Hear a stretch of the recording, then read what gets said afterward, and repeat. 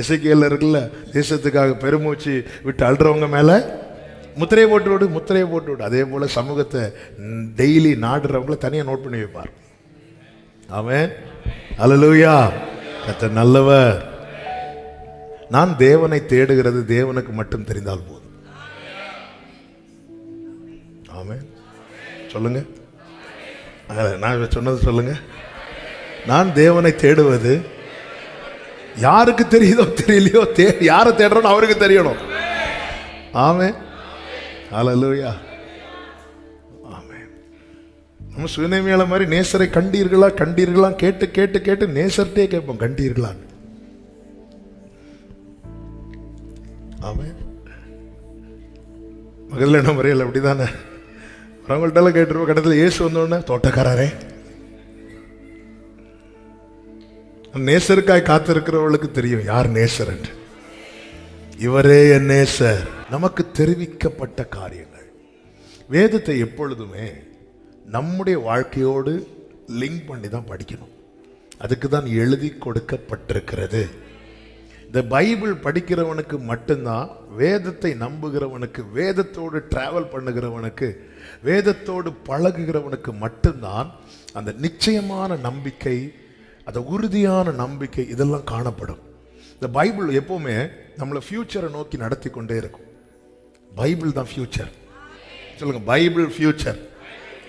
ஆமென். பைபிளுக்கு இன்னொரு பேர் என்னன்னு கேட்டா, என்கிட்ட கேட்ட சொல்லுங்க, ஃபியூச்சர், எதிர்காலம். ஆமென். ஒரு கிறிஸ்து வச்சா பைபிளுக்கு இன்னொரு நேம் என்ன? ஒரு சிஸ்டர் வேதாகமும் சொல்லி வந்தாங்க. ஃபியூச்சர், மை ஃபியூச்சர், என் ஃபியூச்சர். அல்லேலூயா. ஆமென் சொல்லுங்க பார்க்கலாம். எல்லாரும் ஃபியூச்சரை கையில் எடுத்து வைங்க. ஆமென், அல்லேலூயா. சிலர் இங்கே தேடுறாங்க ஃபியூச்சரா. ஆமென். பைபிள் நீங்கள் படிங்க. உங்கள் பாஸ்ட் இதில் சொல்லப்பட்டிருக்கும், உங்கள் ப்ரெசண்ட் இதில் இருக்கும், உங்கள் ஃபியூச்சர் இதில் இருக்கும். ஆமென் சொல்லுங்க பார்க்கலாம். கர்த்தருடைய நாமத்திற்கு மகிமை உண்டாவதாக. அல்லேலூயா. எங்கே போனாலும் ஃபியூச்சரை கொண்டு போங்க. ஃபியூச்சர் நல்லா இருக்கும். ஆமென். இல்லைன்னா ஃபியூஸ் போயிடும். ஆமென், அல்லேலூயா. இனி வந்தால் சொல்லுவேன், உங்கள் ஃபியூச்சரை கையில் எடுங்க அப்படி சொன்னா, அல்லேலூயா. ஆமென். சில பார்க்க, நான் என் ஃபியூச்சரை வீட்டில் வச்சுட்டு வந்தேனே. அல்லேலூயா. கர்த்தர் உங்களை ஆசீர்வதிப்பாராக. யோசேப்பின் வாழ்க்கையில் நீங்கள் பார்த்தீங்கன்னா, யோசேப்புடைய 17வது வயதில் கர்த்தர் அவனை குறித்த திட்டத்தை சொப்பனத்தின் மூலமாய் வெளிப்படுத்துகிறார்.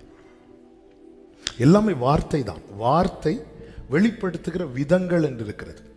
யோசேப்புக்கு சொப்பனத்தின் மூலமாய் வெளிப்படுத்துகிறார்.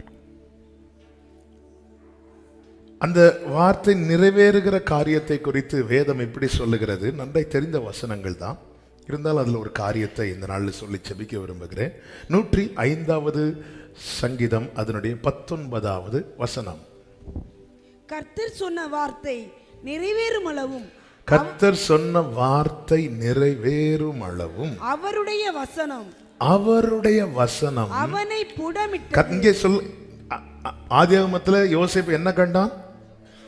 சொப்பனம். ஆனா சங்கீதத்தில் என்ன எழுதப்பட்டிருக்கிறது? வார்த்தை நிறைவேறும் அளவும். கர்த்தர் எல்லாவற்றையும் எழுதி வைத்திருக்கிறார். எழுதி வைக்கப்பட்டதை நமக்கு கன்வே பண்ணுகிற விதங்கள் பல விதங்கள் உண்டு. சொப்பனத்தின் மூலமாய், தரிசனத்தின் மூலமாய், எழுத்து மூலமாய், வார்த்தை மூலமாய் நமக்கு கன்வே பண்ணுகிற, அதை நமக்கு சரியா ரிசீவ் பண்ண, அக்செப்ட் பண்றதுக்கு தேவனிடத்துல கிருபையை கேட்கணும். ஆமென். யோசேப்புக்கு 2 முறை காண்பித்தார். எந்த ஒரு காரியமும் 2 முறையாவது கர்த்தர் தந்து உறுதிப்படுத்துவார். எனக்கான வார்த்தையை கர்த்தர் மினிமம் 2 முறையாவது என் கூட பேசுவார். எனக்கான வார்த்தையை, இதை எப்பவுமே மனசுல வச்சுக்கோங்க. மினிமம் மினிமம் மினிமம் 2 முறை. ஏன்னா அவருக்கு நல்லா தெரியும் இவன் ரொம்ப நம்புவான். நம்ம எவ்வளவு நம்புவோன்னு அவருக்கு நல்லா தெரியும். ஆபிரகாம்கிட்ட 2, 3, 4 முறை பேசுகிறார். ஆமென், ஆமென். என்னுடைய அறிவில் 4 முறை 4, 5 முறை பேசுகிறார். ஆதியாகமம் 12ல பேசுறார், ஆதியாகமம் 13ல பேசுறார், ஆதியாகமம் 15ல பேசுகிறார், ஆதியாகமம் 17ல பேசுறார், ஆதியாகமம் 18, 5 முறை பேசுகிறார். 5 முறை பேசுகிறார். மினிமம் 2 முறை. எல்லாரும் சொல்லுங்க, மினிமம் 2 டைம்ஸ் ஆவது கர்த்தர் பேசுவார். ஹல்லேலூயா, ஆமென். கர்த்தருக்கு மகிமை உண்டாவதாக. உங்களுக்கு புரியலையா? பேசி புரியலையா? ஆண்டவர்கிட்ட கேட்கணும். தானியேல் எவ்வளவு பெரிய ஞானி, தானியேலுக்கே புரியல நிறைய. நீங்க புரியலன்னு சொல்லி ஆண்டவர் சமூகத்துல இருந்தா புரிய வைப்பார்.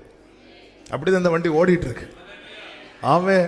என் வேதத்தில் ஒரு வசனத்தை காண்பித்து தந்தார். அதுல இருந்தா பயங்கர பலனாயிட்டு அந்த ஒரு வசனத்தை சொல்லிட்டு தானியேலின் புஸ்தகம் 8வது அதிகாரம்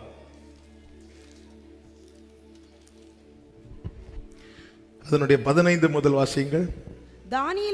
தானியேலாகிய நான் இந்த தரிசனத்தை கண்டு அதன் பொருளை அறிய வகை தேடுகையில் இதோ மனுஷ சாயலான ஒருவன் எனக்கு எதிரே நின்றான்.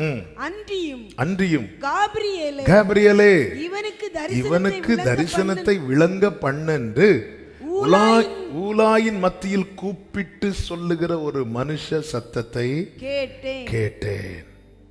அப்பொழுது அவன் நான் நின்ற இடத்துக்கு வந்தான். என்ன வார்த்தைங்க! அதன் பொருளை அறிய வகை தேடுகையில் ஆண்டவர் பார்க்கிறார். இவனுக்கு அறியணும்னு விரும்புறான். உடனே கமாண்ட் பரலோகத்திலிருந்து வருது, கேப்ரியலே போய் அவனுக்கு புரியவை.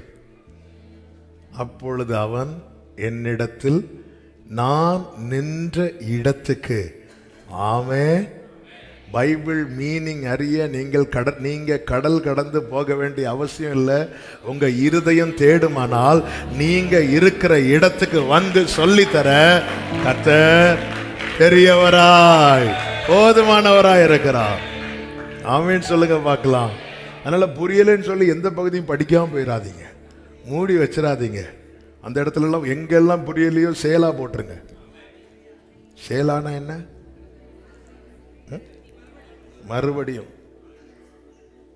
ஆமா, இப்படிதான் போன வாரத்தில் சவுலுடைய ஊழியக்காரன் சீபா மேவிபோசேத் அந்த பிரச்சனை காரியத்தை பேசிட்டு இருக்கும்போது மேவிபோசேத் சொன்னார், சீபாவே எல்லாத்தையும் அவனே எடுத்துக்கிடட்டும்.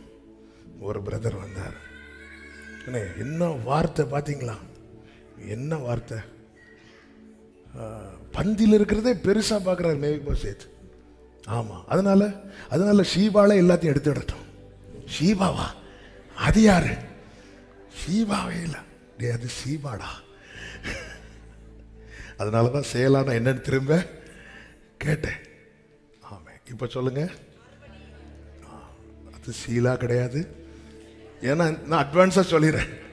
அன்னைக்கு ஷீபாவை கொண்டு வந்தாங்க, இன்னைக்கு ஆமே. கர்த்தர் நல்லவர். புரியலையா? ஆண்டவர் எனக்கு புரியல, ஆண்டவர் என்ன சொல்லி கொடுங்கப்பா. ஃபாதர் அழகா பாடியிருக்காங்கல்ல. ஆமே. எப்படி நான் ஜெபிக்க வேண்டும், எதற்காக ஜெபிக்க வேண்டும் கற்றுத்தாரும், வேத வசனம் புரிந்து கொண்டு வெளிச்சம் தாரும். ஆமென், ஹல்லேலூயா, ஆமென். யோசேப்பின் வாழ்க்கையில கர்த்தருக்கு மகிமை உண்டாவதாக. நல்ல கவனமா கேளுங்க. அப்போ வார்த்தை நிறைவேறும் அளவும் அந்த வசனம், நம்ம சும்மா இருக்கிறோம், வார்த்தை சும்மா இருக்காது. அது என்ன செய்யுமா? யார வார்த்தை. அதனாலதான் 13 வருஷம் சகோதரர்களுக்கு பிரச்சனை இல்லை, போர்த்திபாரின் மனைவிக்கும் பிரச்சனை இல்லை, வார்த்தையுடையவனுக்கு தான் பிரச்சனை. அப்ப எனக்குள்ள இருந்து என்னையே போட்டு பாடாப்படுத்திட்டு இருக்கீங்களா?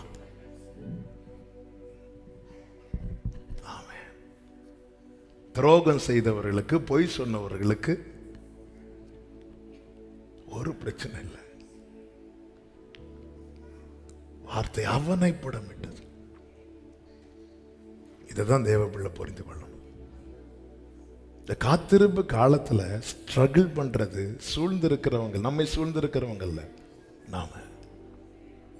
இந்த வசனம் என்ன செய்யுதுன்னா புடமிடுது, புடமிடுது, புடமிடுகிறது. கடந்த நாளில் ஒரு வார்த்தை ஆண்டவர் நல்ல தெரிந்த வார்த்தை தான். சகோதரர்கள் வருகிறார்கள். ஆதியாகமம் 42வது அதிகாரத்தில் சகோதரர்கள் வருகிறார்கள்.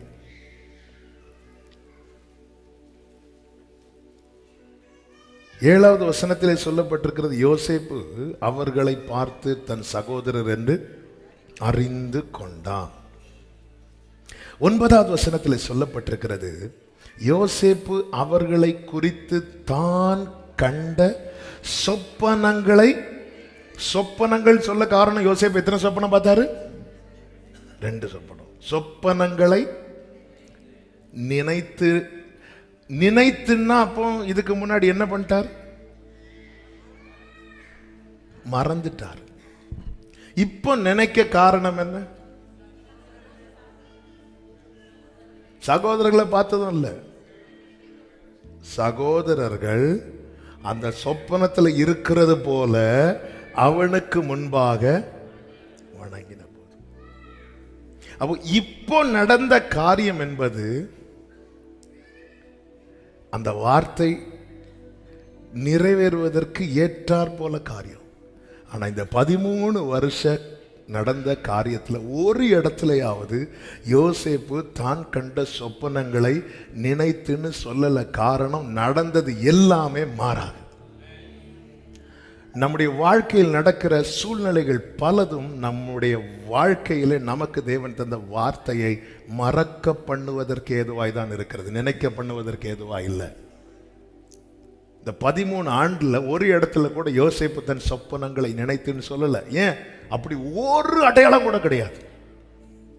ஆனா சத்தியம் என்ன தெரியுமா? இந்த 13 ஆண்டுகளும் நடந்த அனைத்துமே இந்த ஒரு நாளுக்காக.